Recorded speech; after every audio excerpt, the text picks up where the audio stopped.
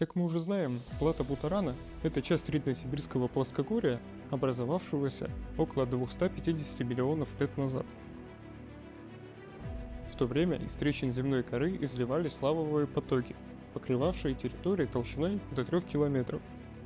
По масштабам извержение Путаран сопоставимо с образованием целого континента. Именно поэтому это крупнейшее базальтовое плато на Земле. Геологи считают, что именно эти процессы стали причиной массового вымирания в конце Пермского периода, когда вулканы Путарана изменили атмосферу и жизнь на Земле.